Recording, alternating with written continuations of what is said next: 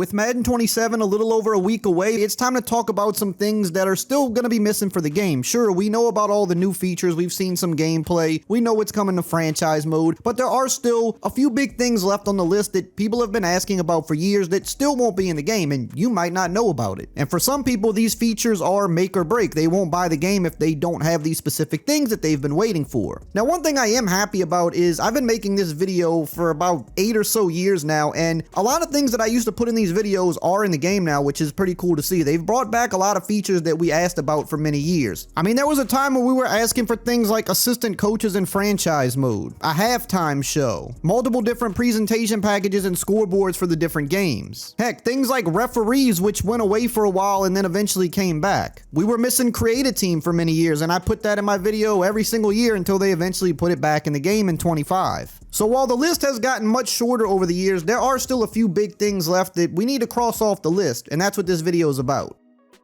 And the first one we're going to talk about is the one that I've had in this video for the longest amount of time at this point, and that's historic teams slash all-time teams. Now, this is a feature that we did have in some older Madden games, and it's something a lot of people liked. One thing I think that EA is still not doing the best of is really representing the history of football. Sure, if you want to go on Ultimate Team, they do represent the history there. You have a lot of legend players. You can build dream teams. They even have certain challenges where you replay scenarios from football's past. But we need a way to play that outside of Ultimate Team. Not everybody wants to play that mode. Not everybody wants to grind that mode or spend money. And they have the rights to a lot of legend players, so I do think there's a way that they could make this happen. And I do truly believe at some point they're going to do this and bring it back, just like they have with pretty much everything else we've asked for the most part. But if you're looking for that in Madden 27, it's still not going to be there. And I think we have a better chance to get this in Madden than we do in college football because they already have the rights to these legend players. So worst case, you could at least do something like make all-time teams where you're using current players and legend players to fill out most of a roster. And because Madden doesn't have the same restrictions on player editing and player creation, people can just fill out the rest of the rosters, upload them online, and then the community could download them. So EA wouldn't even have to do all the work themselves. Just put in a little bit of the groundwork and the community will take it from there. But we want to be able to relive that history in the game. We want to be able to play with these legends outside of Ultimate Team. People want to take them into franchise mode and rewrite history. Why not? But unfortunately, it's still not here yet. And number 2 kind of plays into this a little bit, and that is Madden Moments, something that was also a really big fan favorite back in the day that has not been in the game for quite some time now. And it really plays into what I was just talking about, representing the history of the sport. Let me go make those returns with Devin Hester in his prime. Let me go make the 28-3 comeback with the Patriots.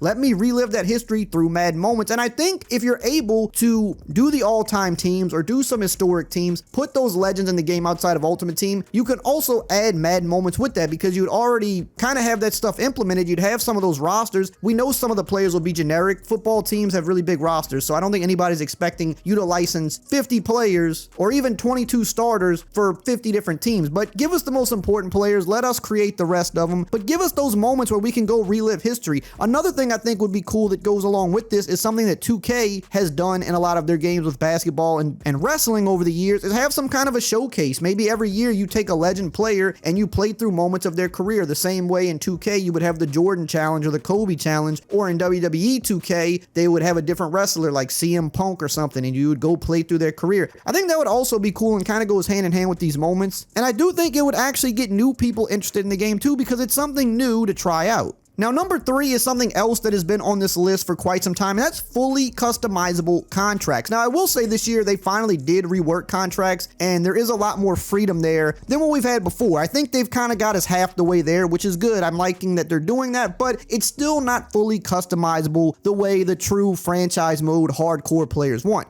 Yes, we do have things like guaranteed contracts, void years, contract incentives, no trade clauses, custom contract structures, and more coming to the game this year. So they have actually done a lot. But I don't believe that you can front load and back load the contracts. I think there may be some limitations on the years when re-signing players to a certain degree. So there are still going to be some limitations there. I think we're definitely on the right path and it's a lot better than it has been, which is good news, but we still need to take it that full way through. Because at the end of the day, franchise mode is a sandbox mode and players want as much control as possible. possible. So we don't want to just get like 70% there. You need to push it all the way. Now, this next one is another one that I've talked about quite a bit over the years, and I kind of understand why it's not in the game, but it's create a play. It is something that we had briefly in some older games, and I do think this would be super fun, even if it was just an offline only feature. I do realize if you're using this online, it could definitely open you up to some glitchy stuff. I mean, there's just no way around it. People are going to find ways to absolutely break something like that. But for the offline person that just wants to use it in a sim way in their franchise to design plays and be like a real coach, I do think this would be a cool feature. Now, yes, this year we did get custom adjustments, which in a way is kind of like 30 to 40% of a play designer, because you can make 20 custom adjustments and you can use pretty much any type of hot route that's available to you in the game, and you can construct plays around some of your favorite plays in the game. So if you find a play that has some cool routes, you can construct the rest of the routes and the protections and everything around it, and you can save it as a custom adjustment so that when you go on the field, you can just input that and you kind of have, in a way, somewhat of a custom built play. But it's not the same as literally being able to draw the routes out in the game and have your receivers run them like in the old days. Hey, if you're still here at this point of the video and you haven't subscribed yet, you might as well go ahead, subscribe, join the family. That way you're always up to date with all the latest Madden news. It really helps support the channel a ton, and you can always unsub at any time if you get tired of the videos. Now, number 5 is one that I haven't really talked about much over the years, but that's because I felt when making these videos, they were just simply a lot bigger fish to fry. And like I said, a lot of that stuff has been added back now, so we're able to cross those things off the list, and some new things get to enter the list. And this is one that I've seen talked about quite a bit over these past few years, and it just feels like it should be in franchise mode, and that's compensatory picks. That is a big part of the NFL these days, and it still does not exist inside of franchise mode. Now, sure, over the past few years, they've started to add a lot. Like I said, they've got a lot better contracts this year. They added halftime shows. They've been beefing up the mode, but there's still a few of those little things that they still need to tackle, and in my opinion, at least from talking to hardcore franchise players, those little things really do make a big difference sometimes.